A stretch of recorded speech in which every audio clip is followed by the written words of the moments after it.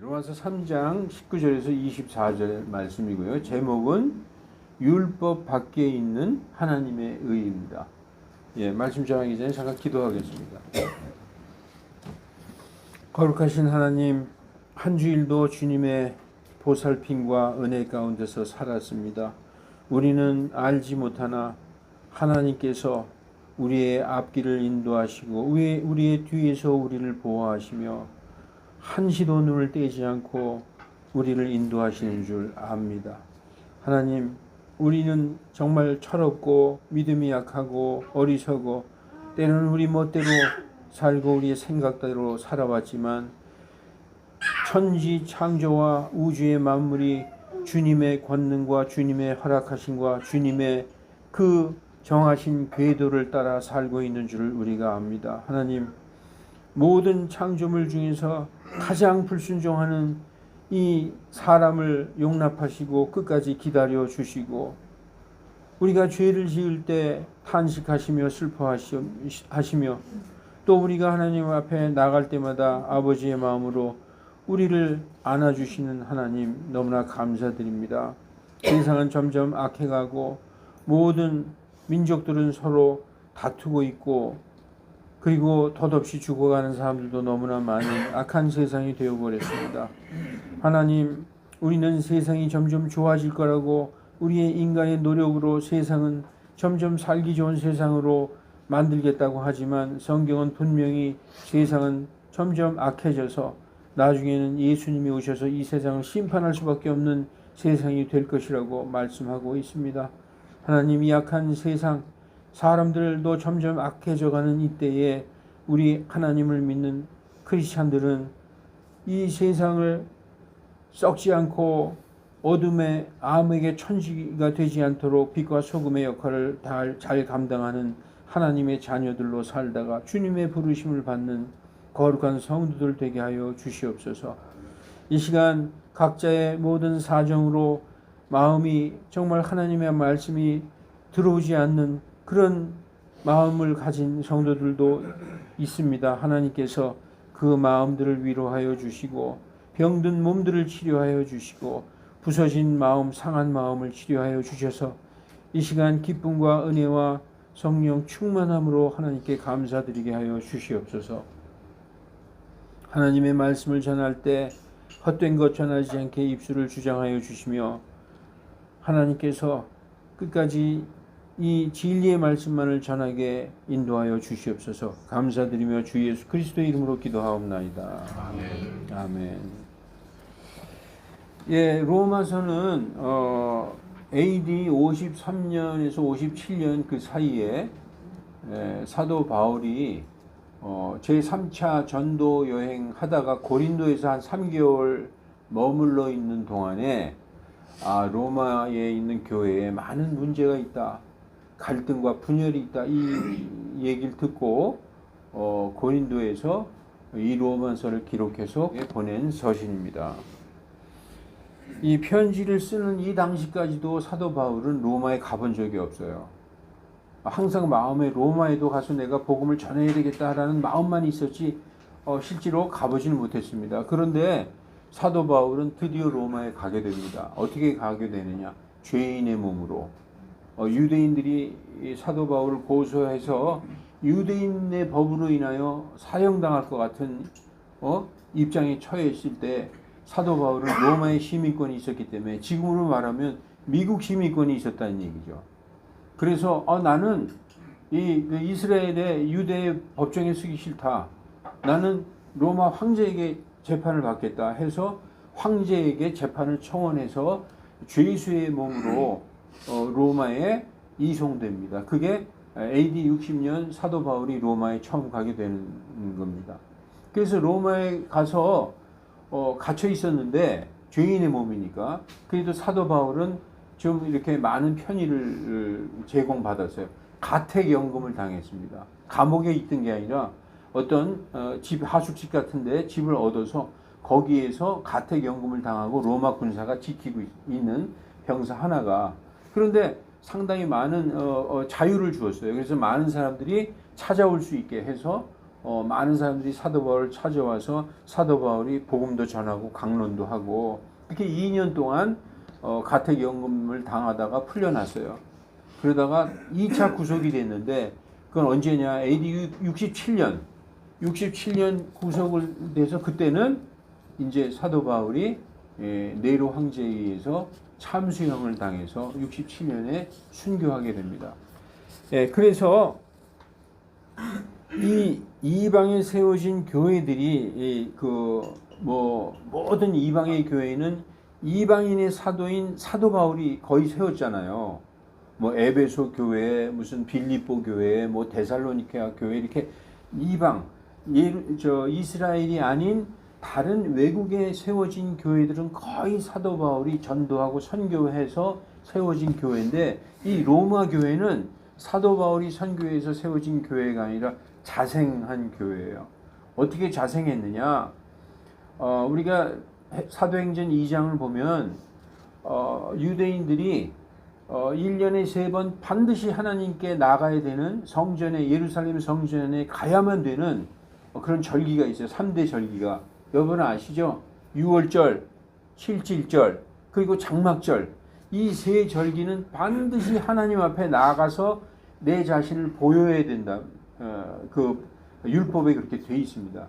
그래서 하나님이 정해 주신 거예요. 모든 성인 남성은 1년에 3번 내 앞에 나와서 너 자신을 보여라. 그래서 외국에 있던 유대인들도 전부 그 절기에는 예루살렘으로 성전으로 이제 가서 경배드리고 그럽니다. 그래서 사도행전 2장에 보면은 예수님 돌아가신 지 50일 정도 된 날, 오순절 날, 이게 77절이죠. 그 이스라엘 주변에 한 16개국에서 우리로 얘기하면 지금 만약 한국 사람 같으면 뭐 일본, 미국, 중국, 뭐 필리핀, 말레이시아 뭐 이런 데 있던 그 교포들이 전부 이렇게 이스라엘로 예루살렘으로 모였어요.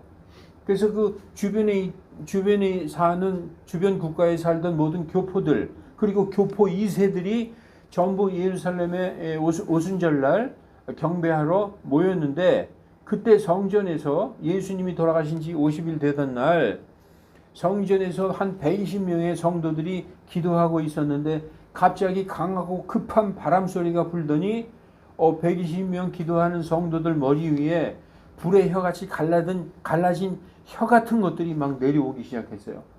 사도행전 2장에 보면 나옵니다. 불이 내려온 게 아니라 불의 혀같이 갈라진 것들이 내려오기 시작했어요. 그러면서 그 120명의 성도들이 막 방언을 얘기하기 시작했는데 그 방언이 지금 우리가 이렇게 뭐 알 수 없는 막 그런 소리가 아니라 그 16개국에서 온 사람들이 다 자기 나라 말로 알아들을 수 있는 외국어로 들었어요. 무슨 얘기인지 알죠?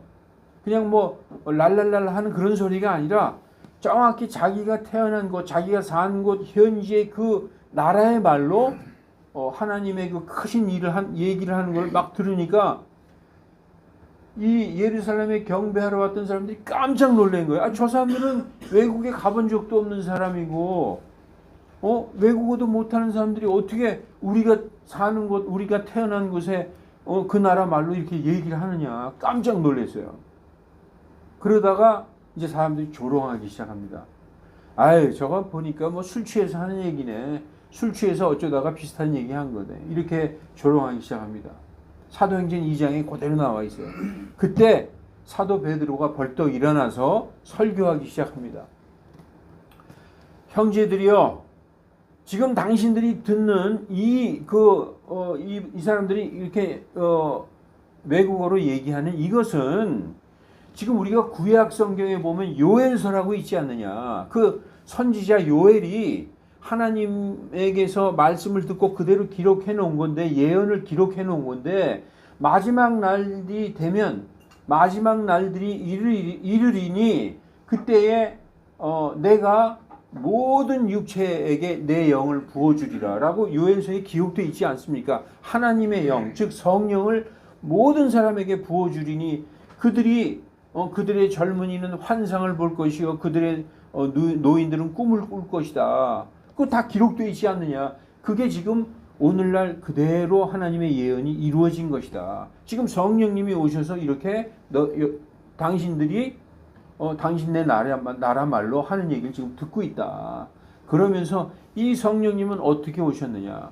당신들이 알다시피 얼마 전에 그 칼보리 언덕 골고다 십자가에서 돌아가신 그 예수님이 바로 메시아이시고, 그 예수님이 그 십자가에서 돌아가시고 부활 승천하신 후에 내가 보내주겠다 하신 바로 그 영이다 하면서 예수님을 전하기 시작했어요.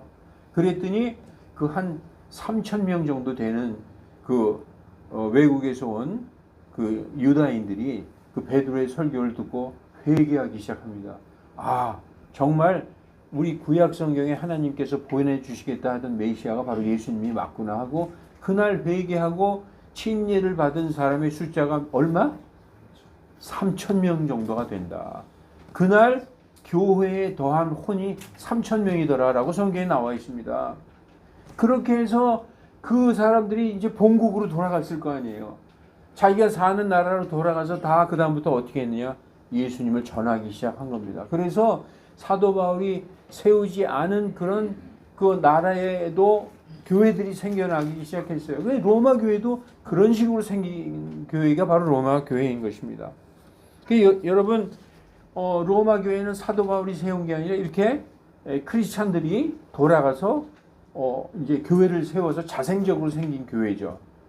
여러분, 로마에는 많은 회당들이 있었어요. 유대인들의 회당. 예수님 믿기 전부터 그 로마에 살던 유대인들이 성전에 가지 못하니까 회당을 지어놓고 자기들끼리 안식일날 모여서 예배드리고 또 말씀 듣고, 그런 회당들이 곳곳에 있었어요. 한 곳에만 있는 게 아니라 여러 곳에 있었어요, 회당들이. 그러니까 안식일날 회당에 가면 이제 랍비 같은 사람이 말씀을 가르치죠. 이제 두루마리 성경을 가지고 이제 가르치다가 이제 설교가 끝나면 어떻게 했느냐? 아, 형제들이여, 여러분 중에서 하나님의 말씀을 가지고 하나님의 사랑과 하나님의 그 은혜와 하나님의 권면을 전하고 싶은 사람이 있으면 나와서 말씀하시오. 이렇게 나와서 얘기할 수 있도록 기회를 줬어요, 회당마다. 그러면은 이게 이제 그 선생의 가르침이 끝나면 누구든지 이렇게 나와서 얘기하는 겁니다. 그러니까 그때 로마에서 이제 유대인이지만 예수님을 믿은 그 유대인 크리스찬들이 나와서 뭘 전하기 시작했느냐? 예수님을 전하기 시작했다는 거죠. 자, 회당은 율법을 가르치는 장소였는데 예수님을 믿고 구원받은 그 유대인 중에서 율법을 얘기하는 게 아니라 그 회당에서 예수님을 전하기 시작했어요. 그러니까 그 중에서 예수님을 믿는 사람도 덜어 있지만 대부분 믿었을까요? 안 믿었을까요? 안 믿었어요. 왜냐? 유대인들은 이 율법이 뼈와 살 속에 아주 박혀 있어요. 조상대대로. 그래서 오직 우리 유대인들은 모세의 율법, 그게 바로 하나님의 법이다. 다른 건 인정을 하지 않았어요. 그러니까 덜어는 믿는 사람도 있었지. 그런데 이 사람들이 이제 나가서, 그러니까 안 믿으니까 어디에 가서 전하겠어요? 로마에 있는 이방인들에게 이제 복음을 전하니까 오히려 이방인들이, 외국 사람들이 더 잘 믿어. 그러니까 이제 교회를 세워서 그 세워진 교회에 회당은 있지만 세워진 교회에 누가 주축이 되겠어요? 유대인들이 주축이 되는 거지. 유대인들이 전했으니까. 예수님도 유대인이고. 그렇게 해서 막 전하다가 이제 또 이 사람들이 그래도 회당에 가서 내가 저 유대인들 우리 동포를 예수님을 전해야지. 그리고 또 회당에 갑니다. 그러면 회당에서는 진짜 논쟁이 일어나는 거예요. 논쟁.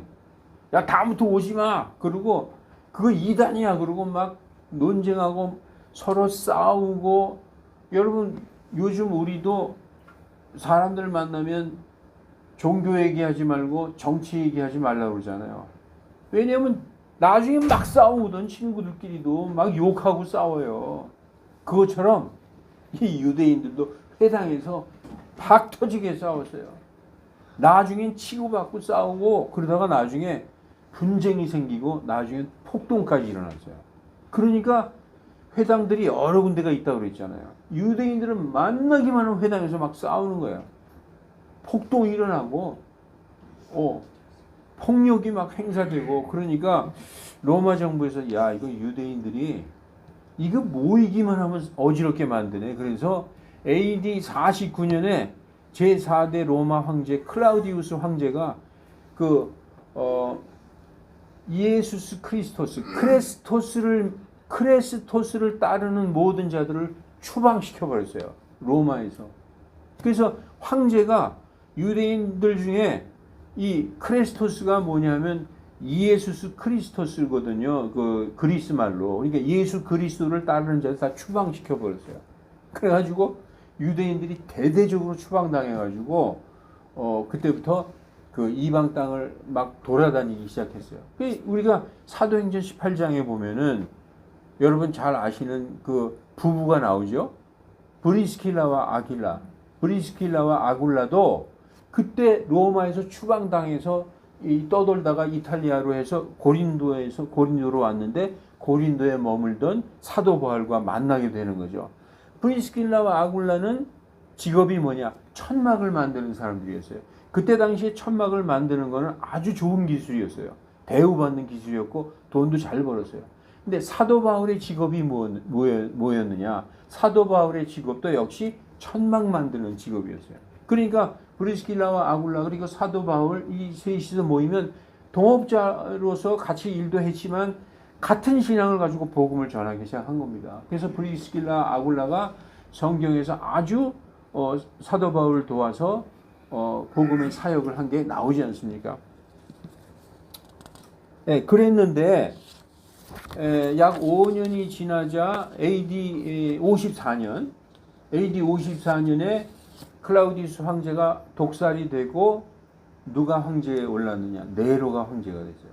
네로가 황제가 돼가지고서 클라우디우스 황제가 죽었으니까 그 클라우디우스 황제의 칙령은 자동 폐기가 됐으니까 유대인들이 로마에서 추방당했던 유대인들이 로마로 다시 들어옵니다.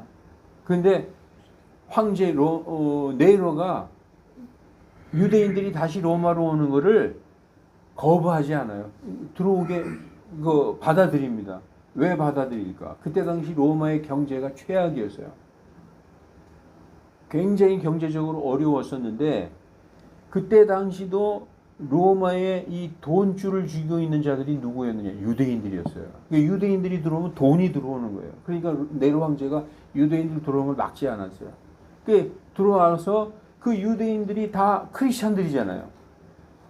율법을 믿으면서도 율법을 지키면서 예수님을 믿는 그 유대교 크리스찬들이었어요. 그러니까 들어오면 어디로 갈까요? 이번에는 어디로 가냐면 교회로 가는 거예요. 크리스찬들이니까. 교회로 가서 보니까 그 유대인들은 다 쫓겨나고 이방인들이 교회를 운영하고 있는데 생각과 달리 교회가 잘 굴러가고 있는 거야. 예배도 잘 드리고 찬양도 잘하고 있고 모든 교회가 너무 잘 이렇게 진행되고 있는 거예요. 그러니까 유대인들이 야, 우리가 없어도 교회가 잘 이렇게 되네. 그래서 이제 교회 추방당했던 사람들이 로마로 오면서 교회에 나갔습니다.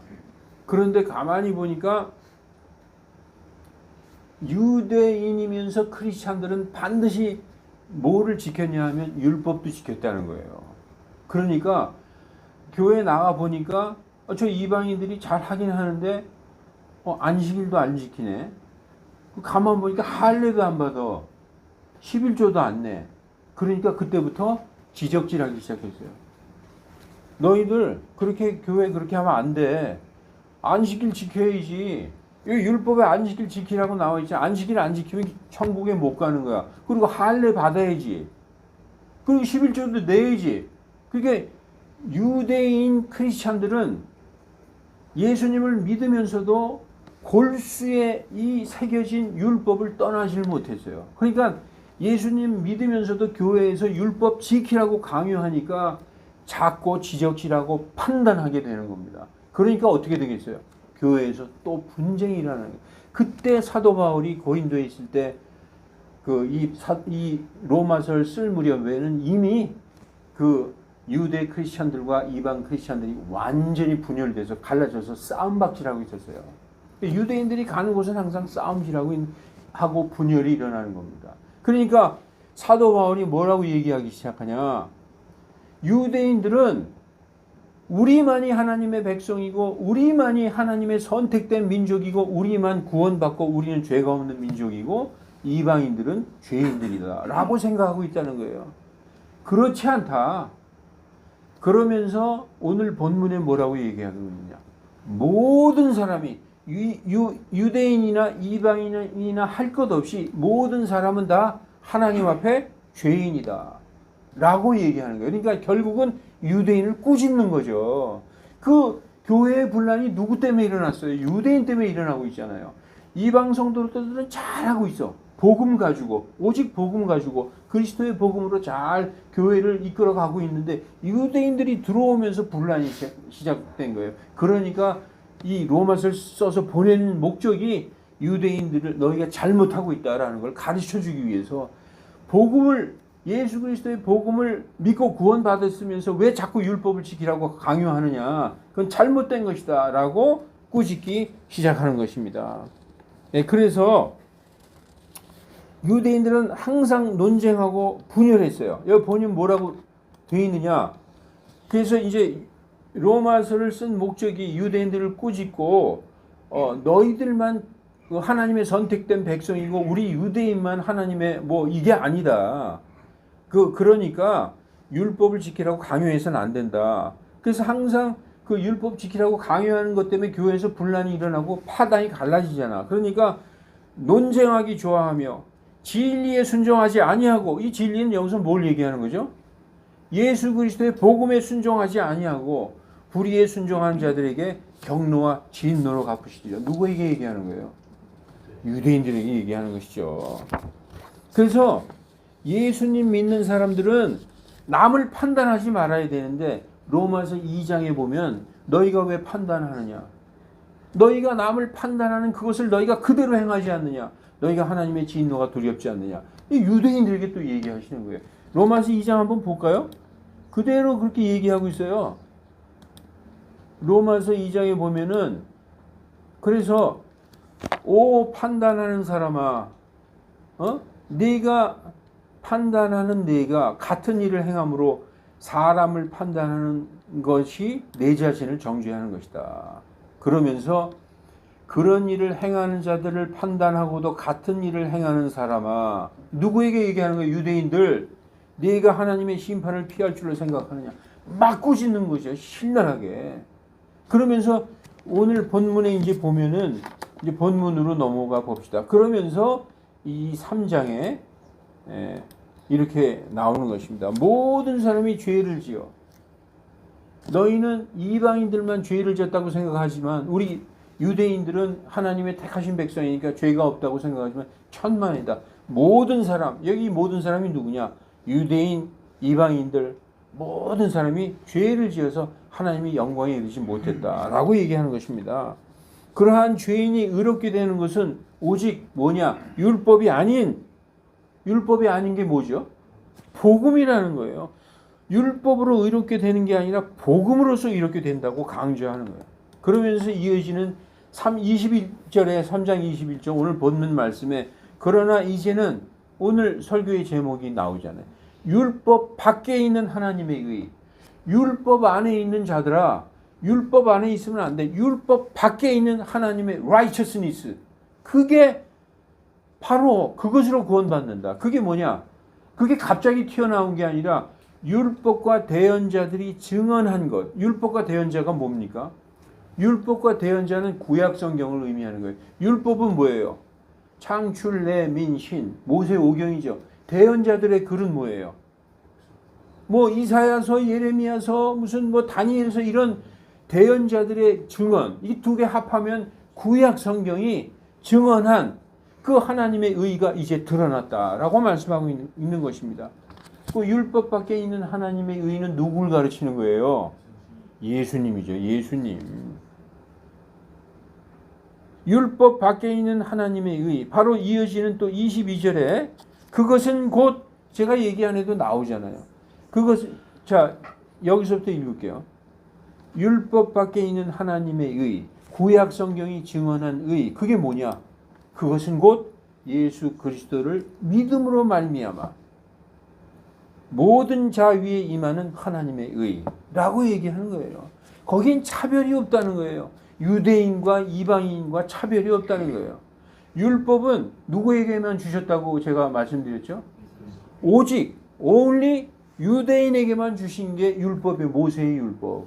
그러니까 우리 이방인하고는 상관이 없어요. 그렇지만 모든 민족 모든 사람에게 주신 건 뭐라고요? 예수 그리스도의 복음.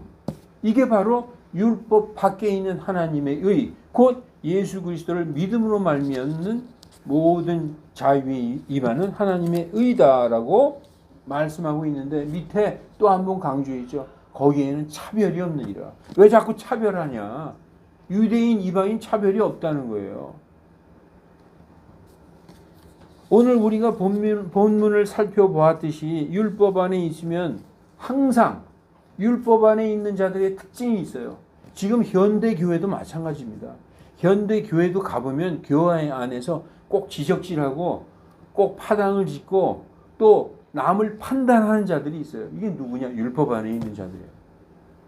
율법 안에 있으면은 항상 논쟁하고 판단하고 남의 잘못한 것 지적질하고 싸우고 갈라지게 됩니다. 그래서 율법은 정죄의 법이에요. 정죄의 법. 이 성경에 이렇게 나와 있어요. 정죄의 법. 그래서 죄와 사망의 법이라고 얘기합니다. 그러나 복음은 어때요? 복음은 정반대예요. 복음은 감싸주고 배려하고 섬기고 남을 세워주고, 예, 유대인과 이방인을 나누지 않고, 이게 복음의 그 특징이라는 거예요. 그리고 사람을 포용하고 사랑의 법이다.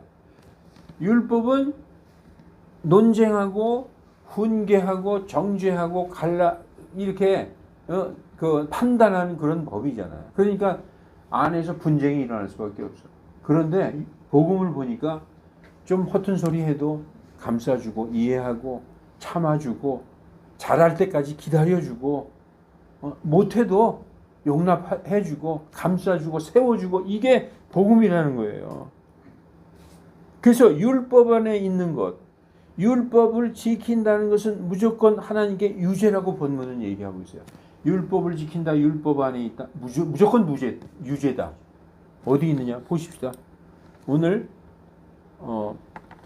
본문 3장 19절에 이제 우리가 알거니와 무엇이든지 율법이 말하는 것들은 율법 아래 있는 자들에게 말하는 것이니, 율법 아래 있는 자들에게 말한다는 거예요. 이건 뭐냐? 모든 입을 막아서, 모든 입을 막아서는 뭐냐? 무조건 이유를 막론하고 율법 아래 있으면 율법이 말하는 것은 율법 아래 있는 자들에게 말하는 것인데, 그것은 입을 딱 거두절미하고 하나님 앞에 유죄가 되게 하려 합니다 라고 얘기하고 있어요. 여러분, 율법 아래에 있고 싶어요? 복음 안에 있고 싶어요? 이건 물어볼 필요도 없는 거죠. 그런데 유대인들은 태생이 아브라함 때부터 그 조상 때부터 때대로 지켜오던 율법, 우리 할아버지 때부터 지켜오던, 태어날 때부터 내가 보고 들은 게 율법이거든요. 이 율법이 뼈에, 이 골수에 아주 새겨져 있어요. 그러니까 율법을 떠나지 못했어요. 그래서 자꾸 복음을 믿고 구원 받았으면서도 이건 해야지 않느냐, 이렇게 되는데, 사도 바울은 그게 바로 뭐냐? 누룩이라고 얘기하죠. 누룩이다. 율법은 복음에 들어와서 섞이면 안 된다. 그래서 여러분, 복음은 순수해야 돼. 그게 피어 가스펠, 순복음이에요. 순복음. 여러분, 순복음이라는 얘기 많이 들어봤죠? 순복음이 순대볶음이 아니에요. 난 옛날에 순대볶음인 줄 알았어요, 어렸을 때. 근데 순복음은 순수한 복음, 피어 가스펠. 그게 뭐냐? 율법이 섞이지 않은, 어떤 다른 것이 섞이지 않은 오직 순수한 복음 그 자체를 얘기하는 것입니다. 그래서 여러분, 율법은 그럼 왜 주셨느냐? 율법은 앞으로 올 복음의 그림자로 죄를 깨달아 알라고 거울로 주셨다라고 오늘 본문에 얘기하고 있습니다. 그러므로 율법의 행위로는 이게 무슨 뜻이냐? 율법을 열심히 지켜서는 어떤 육체도 그분의 눈앞에서 하나님의 눈앞에서 의롭게 될 수 없나니 구원받을 수 없나니 율법은 왜 주셨느냐? 율법으로는 죄를 알게 하려고 주셨다라고 말씀하고 있어요. 이거 뭐 우리 교회 성도들은 너무 잘 아는 거죠. 그러나 듣지 못한 분도 있어서 이거 말씀하는 것입니다. 그러므로 율법 밖에 있는 하나님의 의는 오늘 본문 24절의 말씀처럼 3장 24절 보십시다. 오늘 그 본문의 끝절이에요. 그리스도 예수님 안에 있는 구속을 통해 하나님의 은혜로 값없이 우리가 뭘 한 게 없어요. 우리가 뭐 열심히 한 게 아니라 우리가 한 건 오직 뭐밖에 없다? 믿은 거밖에 없어. 율법은 거기에 있는 모든 조항을 다 우리의 그 행위로 지켜서 해야 되는 거지만 복음은 그냥 믿고 받아들인 것밖에 없어요. 그래서 값없이라고 얘기한 거죠. 하나님의 은혜로 값없이 의롭게 되었다라고 말씀하고 있는 것입니다. 다시 한번 물어볼게요. 율법 밖에 있는 하나님의 의는 누굴 얘기하는 것이죠? 예수님. 지금까지는 유대인들에게 율법 안에서 모세의 율법 안에서 그 율법 아래에 있는 자들에게 주신 거다. 그 목적은 율법을 주셔서 그걸로 구원받으라고 율법 준 게 아니라 죄를 깨달아 알라고 거울로 주신 것이지만 이제는 하나님 밖에 그 율법 밖에 있는 또 다른 하나님의 의가 드러났는데 그게 뭐냐? 예수 그리스도다. 예수 그리스도를 믿음으로 말미암아 그 값없이 의롭게 되는 그 의, 그걸 지금 얘기하고 있어요. 그래서 지금 우리가 오늘 쫙 들어보면 유대인들이 로마 교회에서 괜히 이방인들이 복음으로 잘하고 있는데 괜히 와가지고 뭐 판단하고 지적질하고 뭐 이거 해 너희는 이거 하나면 안 되면서 교회가 분란이 생기고 거기서 싸움이 생기고 분열이 생겨서 완전히 갈라졌어. 그 고린도에서 사도 바울이 이걸 듣다 보니까 이건 내가 이거 써서 보내지 안 되겠구나 해서 사도 바울이 이 로마서를 집필하기 시작한 겁니다. 그래서 이 편지를 써서 로마에 있는 교회에게 보낸 거예요. 그래서 지금 이 로마서의 말씀은 현대를 사는 우리들에게 그대로 적용되는 거예요. 그래서 교회가 율법적으로 흘러가면 그건 안 되는 거예요. 율법적으로 뭐 이거 해 저거 해 그러고 막 뭐 이거 안 했으니까 너는 집사 안수 못 받아 이러고 뭐 그런 거 많지 않습니까? 그렇게 해서는 안 된다는 거예요. 그게 바로 전부 율법적인 교회라는 것이죠. 그래서 그러한 교회가 바로 요한계시록에 가면 에베소 교회가 그랬다는 거예요. 그래서 하나님께서 내가 너희를 참 기뻐한다. 그러나 너희에게 내가 책망할 것이 하나 있노니 너희 안에 니골라당의 교리를 지키는 자들이 있는데 내가 그것을 미워하노라 얘기하고 있잖아요. 그 니골라당의 교리가 뭡니까? 성직자 계급의 교리, 그런 게 다 이런 율법적인 교리에서 나온 겁니다. 그리스도의 교회는 그런 게 아니라는 것이죠. 자, 말씀을 이제 마치겠습니다. 그러므로 우리 크리스찬들은 정죄의 법, 사망의 법인 율법 밖에 있어야 합니다. 율법 밖에 있다는 건 예수지만에, 복음 안에 있어야 됩니다. 어리석은 유대인들처럼 율법을 행동으로 지키려 하지 말고 예수님을 부정하는 행위예요. 예수님이 율법을 다 이루셨는데 또 율법을 지키려 하면은 예수님을 부정하는 행위입니다. 그러니까 율법은 어디에 새겨야 된다? 마음에 새겨야 된다. 자, 그러면은 성경에 보니까요, 율법을 폐할 수 있느냐? 결코 그럴 수 없느니라. 우리가 굳게 세우니라 이렇게 써 있어요. 한번 보십시오. 이것만 보고 마칠게요. 성경에 보면 지금까지 사도 바울은 절대로 율법을 이 순한 복음에 섞지 말라고 얘기했는데 로마서 3장 31절에 보면 그런즉 우리가 믿음을 통해 율법을 헛되게 만드냐? 결코 그럴 수 없느니라. 참으로 우리가 율법을 굳게 세운 이게 무슨 말이에요 도대체?